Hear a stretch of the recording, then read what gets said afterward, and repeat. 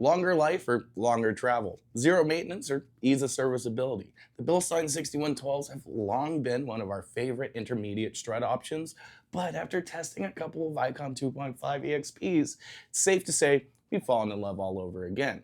But which one is right for you? Well, if you're like us, it might be a little bit of both, but that's what we're here to talk about today. I'm Sean Bowman. This is the Shock Surplus Shop, so let's talk some shocks.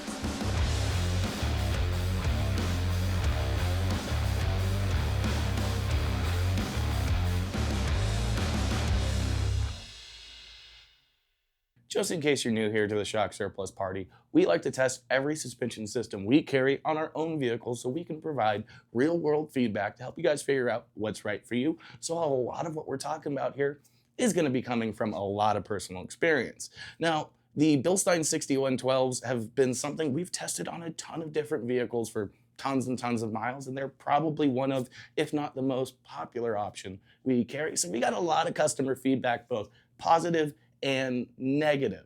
Basically, safe to say we got a strong handle on those kits. Now, the ICON 2.5 EXPs really aren't anywhere near as popular, but after testing a set on my old Bronco and Jeff's Tundra, I can say that's a real crime. Now, I introduced these kits as being entry level, but they definitely punch well above their price point.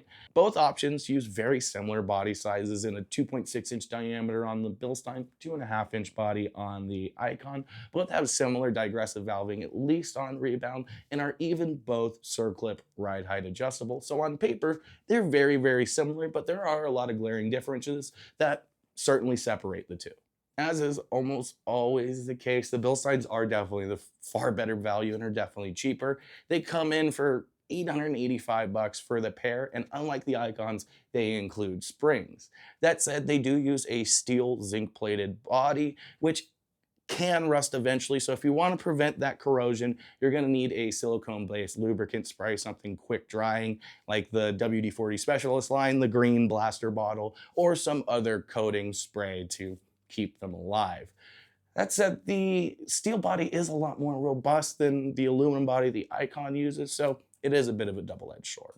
The Icons, by comparison, are definitely a good bit more money. They're $500 a piece, or about $1,000 a pair, but they use an anodized aluminum body, so we're not going to have to be worried about them corroding, at least in our lifetimes. But because they use a similar size piston and they have to fit within the narrow ID of a stock spring, the wall thickness on the body is pretty thin, and aluminum is kind of weaker than steel, at least for these use cases. So in the event of an internal failure, you are much more likely to have a complete body failure where the body completely comes apart, something I found out the hard way. For those of you who haven't been following us for the last couple of years, we got a super early production model ICON 2.5 EXP for my Bronco to test out that unfortunately had the IFP depth set wrong. They were working so good when we were testing them out in Johnson Valley. I was having a hard time finding their limits until that IFP depth problem reared its ugly head, at which point it blew the seal head out of the shocks. The shaft chainsawed the body into about 3 pieces. My tire went into the fender, caved it in, and left my Bronco stranded in the middle of the desert. Icon's done a really, really good job of improving their production, establishing fixes, and really have done an exemplary job of stepping up their quality control. So the likelihood of you guys having that same issue is infinitesimal at best. I was also smacking whoops in like 3rd or 4th gear and 4-wheel drive high, and those whoops are big enough to basically slow my 37-inch tires whole, which is asking a lot of a basic bolt-on shock setup like these. I also kind of did that thing where I said, come on guys, let's do one more run, which is you never want to do. So basically, I was asking them to fail. That said, the point I'm trying to make here is if you're going to be like me and let your last 2 brain cells leave the chat the second the key hits go, might be a good idea to spend the money you would have spent on their higher end kits to ensure you have a good set of external bump stops and limit straps. That way, if you cinder a little too hard, which I may have been guilty of, the bump stops and limit straps will hopefully hold everything together so you can at least get it home or at least get it off the trail. Now, that's not to say the Bilsteins wouldn't have been absolute paperweights if the same issue occurred to them, but I think the steel body might have a better chance of at least staying together when the failure occurs. And truthfully, if you're gonna moon boot your rig every time your tires touch dirt, bumps and straps are probably a must have regardless of suspension design, the shocks you're running, or what you've done to your vehicle. We just like to test things how we think most of you guys are gonna be installing your shocks, which is basically just installing your shocks, maybe some control arms and letting her eat. So we can give you guys a better example of how they perform and how they handle extended abuse. Speaking of these shocks' violent demise, let's talk a little bit about serviceability and lifespan, because that's a real big point of divergence between these two shocks. Bilstein has to offer the longest lasting aftermarket shocks on the planet, and the 6112s are like the shining example of that. It's pretty darn normal for most people to get 60 to 80,000 miles or more out of them, even if they do a fair amount of off-roading. And we've heard from tons of people getting over 100,000 miles when they take it easy and keep it mostly on the street. They also source their bushings directly from the manufacturer the shocks were designed for, which means they're generally natural rubber, which are going to be the longest lasting and do the best job of absorbing noise, vibration, and harshness. That said, those 6112s aren't serviceable, they're not rebuildable, and those bushings are bonded. So although they should have 2 to 3 times the service life of an Icon on the street, when they're eventually burned out, well, brother, they're paperweights. Now, I'm not sure that it's the more mundane seal pack or steel not dissipating heat as well as aluminum, or a combination of both, but it really feels like the 6112s don't recover as well as more race-oriented options like an Icon when well and truly overheated. Additionally, those natural rubber OE style bushings, although much more compliant on the street and make less noise, will wear at an exponentially faster rate under serious abuse compared to a poly bushing or a spherical bearing. So although they're definitely going to last longer than the Icons on your average daily driver or weekend warrior who keeps speeds tame off-road, if you lack mechanical sympathy like I do, chances are you're going to find yourself burning them out and wearing them down pretty darn quick. Now, Icon uses much more race-oriented seals that can take much higher temperatures and much more abuse, but will wear at a much greater rate under more normal uses, which is why they make it super easy to have them serviced or rebuilt so you can refresh them to be as good as new and keep them going for the foreseeable future. On average, we see daily drivers who keep things on the street have to do a rebuild at or around the 40,000 mile mark, and the more you go off-road and the harder you push your suspension, the sooner you got to come in for service. And they use spherical bearings on their lower mount bushings, which are a metal on metal joint, which is smoother operating and exponentially more robust than just about any other bushing design, but just like the seals, need to be serviced more often. And we usually say when it's time to come in for your rebuild, it's time to change those bearings as well. In most cases, they get their bearings from FK. They're usually a COM 10. It's just a circlip to pull them out, and so it's super easy to change. In total, this makes for a shock that is definitely higher maintenance on paper, but is also going to be a lot more robust. So although your daily drivers might have to rebuild them and deal with them a lot more often than they would a Bilstein, if you are really beating on it off-road, there's a good chance they might last a little bit longer and cost you less money over their life. We just released a full video on our channel about why that might be the case, so we definitely recommend checking that out because I really think service life and serviceability is going to be a real point of contention for a lot of you buyers. But while you're there, make sure you hit like, subscribe, and the bell icon so you can be notified of all the other fun stuff we're getting into. All in all, though, the area that at least I'm most concerned about a lot of times when I'm looking at suspension is travel, and that's definitely where there's a big divide between the two. Part of the reason why Bilstein is such a reliable choice is because they build things so conservatively, and what that means in the real world is they leave a lot of meat on the bone when it comes to giving you extra travel. Although you can definitely expect to gain some travel over stock with a Bilstein kit, it's not going to be as much as you might get with a lot of other brands, at least except for a couple outlier packages. Bilstein, especially on the 6112s, works on the idea that they want to ensure that you can just bolt on their suspension without having to worry about cutting, drilling, or even having to buy other parts that they don't already include with the kit or they don't sell. So in most cases, you can install a set of 6112s with all other stock components, and although you may not be able to achieve the top lift heights without having to change some arms for alignment, there will be settings where you can just bolt them on and gain all the performance you can expect to gain from a Bilstein package. Because they don't want to extend things to the point where bind might occur and you might have to change parts, also means they don't give you all that much more travel. Now, this is both to their benefit and their detriment because, there's a lot of peace of mind in being able to just bolt on a kit and be guaranteed you're not going to have any issues. And in fact, something us as dealers, and I know you consumers, really like. But if you're looking for a package that gives you a ton more travel, you're looking for articulation first, maybe wheel travel first, they may not be the choice for you. And additionally, because those travel numbers are more limited and because they're so conservative about how they set things up, you can expect to have lower maximum lift heights on those as well compared to the Icons. Now, Icon couldn't be further to the opposite side of the spectrum and reliably are the longest travel option for most applications. Now, Icon builds everything from control arms with the most ball joint articulation on the market, diff drops, sway bar drops, even steering components.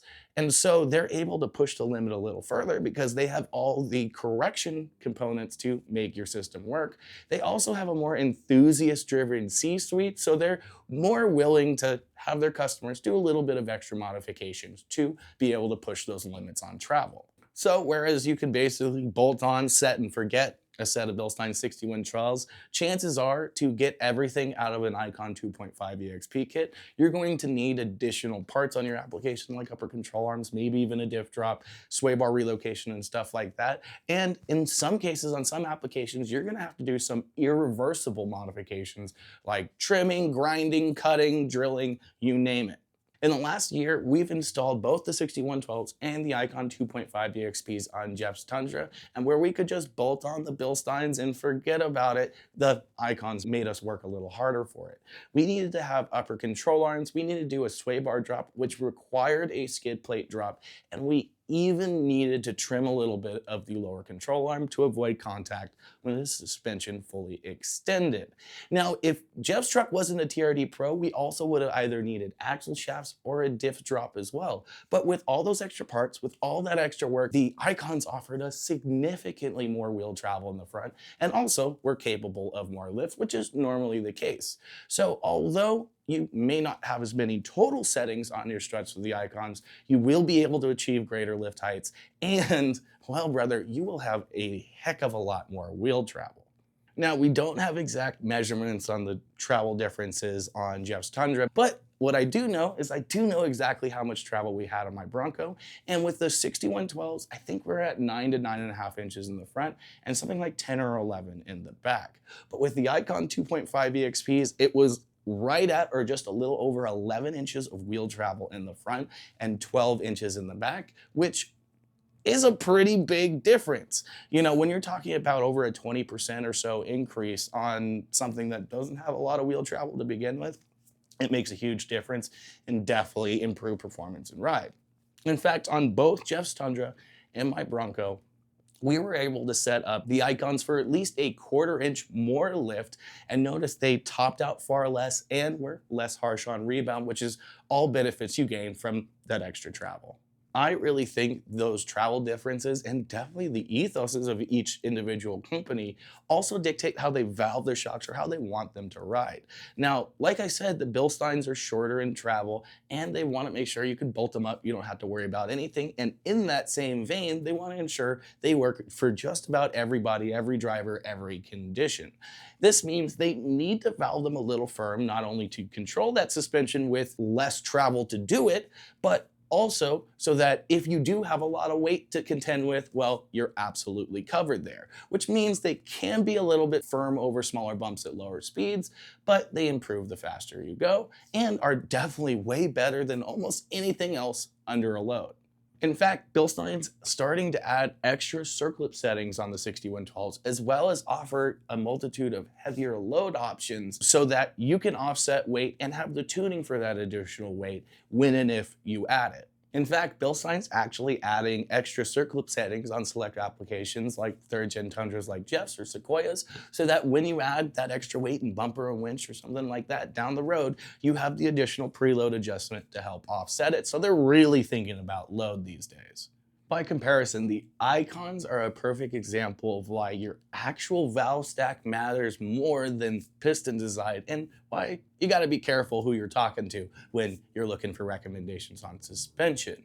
Now, like I said earlier, both Bilstein and Icon do technically use digressive pistons, but Icon uses very little preload, significantly less preload than the average Bilstein valve stack on the compression shim, so they have much more linear action on that side of the curve.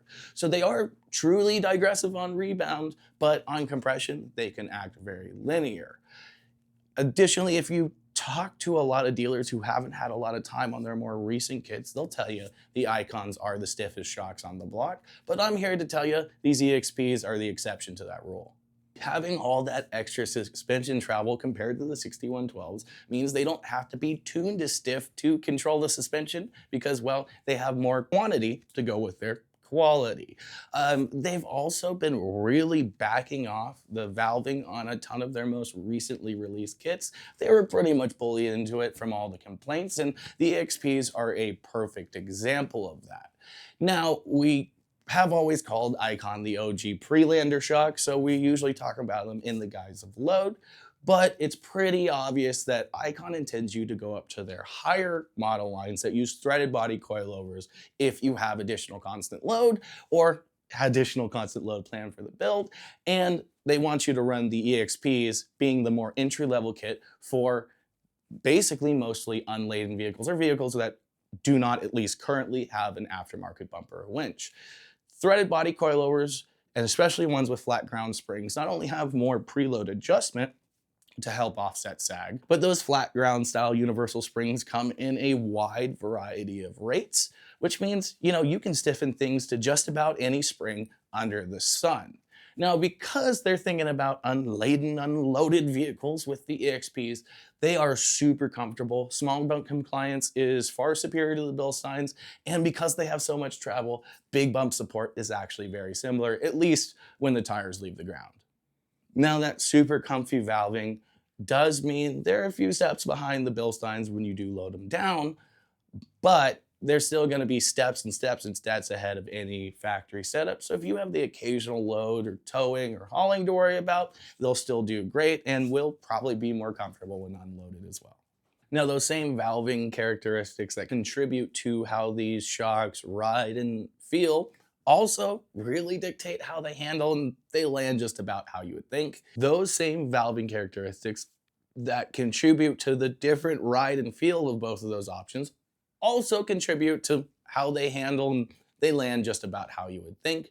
The stiffer and true double digressive valving of the Bilstein definitely gives them the edge in razor sharp handling, and they continue to surprise us every time we test a set.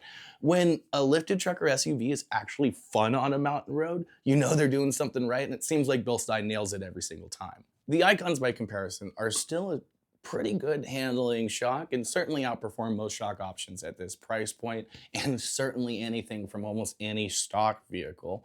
But I will say they are a few steps behind the Bilstein in having a little bit more body roll and brake dive, and the way it happens is a little less settling than it is on the Bilsteins, where the Bilsteins you turn in and it leans over into a corner and the dynamic weight shift or weight transfer happens quickly, stays where it is, so you steer it in the corner, it heaves over as much as it's going to lean, which is very little, very quickly, and does not increase when the turn tightens, when the radius of the corner decreases, or if you hop on the brakes and you brake harder. Now, the Icons do definitely have a little bit more body roll and brake dive, but it happens slowly and continues to progress as the driving event continues. So you'll steer it into a corner and it'll slowly start to lean, and the lean will increase until you are done turning. So even if the turn isn't a decreasing radius, even if it keeps the same radius, or even straightens as you go through the corner. It will continue to lean until you're done steering, or it'll continue to brake dive until you're done braking. They also seem to lean a little bit more towards a neutral to understeer balance, where I do find the Bilsteins at and beyond the limit to be more prone towards oversteer. Again, we're really splitting hairs here, and this wouldn't matter unless you're a retired skid kid like I am. But I do think, the icons, although may not feel as predictable for me, for the average person might be a little safer, because that understeer is generally safe, whereas those Bilsteins wanting to slide might be a little harder for a less experienced driver. But once again, I think unless you're an absolute stickler for handling, you like to have fun on every mountain road you get on, or you're skidding all the time, you can pretty much go with either option. And I think you'd be very happy with the improvements you got over just about anything else out there. Now, this review is really intended to be a head-to-head shootout of just these struts or coilovers, but most applications outside of 6th generation Broncos aren't able to run a 6112 in the rear or an ICON 2.5 EXP in the rear. So let's go over some of the rear shock options usually paired with these struts or coilovers. Now, both brands recommend that you run a 2-inch body rear shock. In the case of Bilstein, that's a 5100 or 5160. In terms of ICON, that's their 2.0 internal reservoir for 2.0 remote reservoir, basically a 2-inch body with or without reservoirs. In terms of feel, in terms of handling, in terms of most of the things we were talking about previously, still gonna be applicable here towards those rear shocks options. The bodies are just smaller, and if you are gonna be wheeling it hard, you might need a little bit more rear shock than that. Luckily, recently Bilstein started offering 6100 rear shocks for the new Tundras and Sequoias, which should have fitments extended to all the new Toyota stuff and pretty much all of their most popular applications. We recently tested a set on our Tundra, and I can tell you they are the way to go. That 2.6-inch diameter body in the rear makes it so that the front and rear perform at a similar rate, they fade at a similar rate, and it really is that much more comfortable. Now, we are going to see more options from Bilstein, but here's to hoping some more 2.5-inch body IR IFP options to pair with those 2.5 EXPs from ICON. It's definitely easy to want to crown an all-around champion between the two when you're looking at the individual spec sheets, but in the real world, there are a lot of factors there that can make it a little difficult, even for somebody who deals in these things like I do every single day, which is why we say it's not about the best all-out option, it's about the right choice for you. Now, all that extra travel, all that comfy ride, all that performance, and the serviceability really makes the ICON super appealing to my eye, but I drive really hard and I have a leg up on service because I work at Truck Surplus. That said, if I had a weekend vehicle that wasn't tasked with getting me to work every single day of the week or a ton of commuting, you spend most of your time off-road, I cannot think of a much better option for the same money. That said, if it's your daily driver though, it can be a little difficult to contend with all that service. If I didn't work here, even with the ability to service them myself, I would have a hard time wanting to pick those icons. I drive over 30,000 miles a year, which is starting to become the norm for a lot of people. People are just driving more these days, which means with how often I go off-road, I'd be lucky to have to service them every year, which means my struts are coming off and I'm sitting all weekend in my garage cursing at my car while I try to get my shocks rebuilt myself. Now, if I wanted to send them in and I wasn't local to us, well, that's gonna be at least 1 to 3 weeks of downtime depending on all the things we need to do. Now, when you order from us, we try to make it easy. Not only do we give you a discount on your first service with us, usually $200 off, so one of those 4 shocks is gonna be rebuilt for free, but it's still can be a lot of downtime. And again, if you're not local to us and you can't do a same-day service, well, brother, you're gonna be waiting a couple weeks. Now, we try to keep things to about a week, but even 7 days of not having your daily driver to get you to work can just be something that is not possible for your life or might cost you a lot of money in a rental car, which is why I think those Bilstein 6112s end up being so popular. Although they are firmer riding, not only are they cheaper, but they're gonna last 2 to 3 times as long on your daily driver. And unlike those icons, which are already more expensive to begin with and already more expensive to own, aren't gonna take any additional pieces for you to install them. Additionally, because they have springs, we can assemble them for you so you won't have to mess with the spring compressor. Now, again, like I said, they are a little firm, but if you have a lot of load to contend with, you're doing a lot of towing or hauling, you're spending most of your time in your street, and when you are off-road, you're not going 5 miles an hour, oh, brother, they're a really solid choice. And although they do punish you for those square edge hits at small speeds, they get better the faster you go. And if you've seen our review on the Tundra, you know you can go pretty fast in them. But I'll leave it up to you guys. What option are you guys planning on going with? Leave us a comment below. And if there is something you're looking to see us test, well, leave that in the comment section as well. Otherwise, if you're interested in these Bilsteins or these Icons, make sure to give us a shout on shocksurplus.com and we can get you dialed in. We can even answer your questions. We also have a couple reviews of all of these shock options live on our YouTube channel. So make sure you're subscribed, you hit like, you hit that bell icon so you can be notified of what we get into next, and check out those videos for more specific information on whether or not they're gonna be right for you and your vehicle. But in the meantime, we'll see you out on the trails.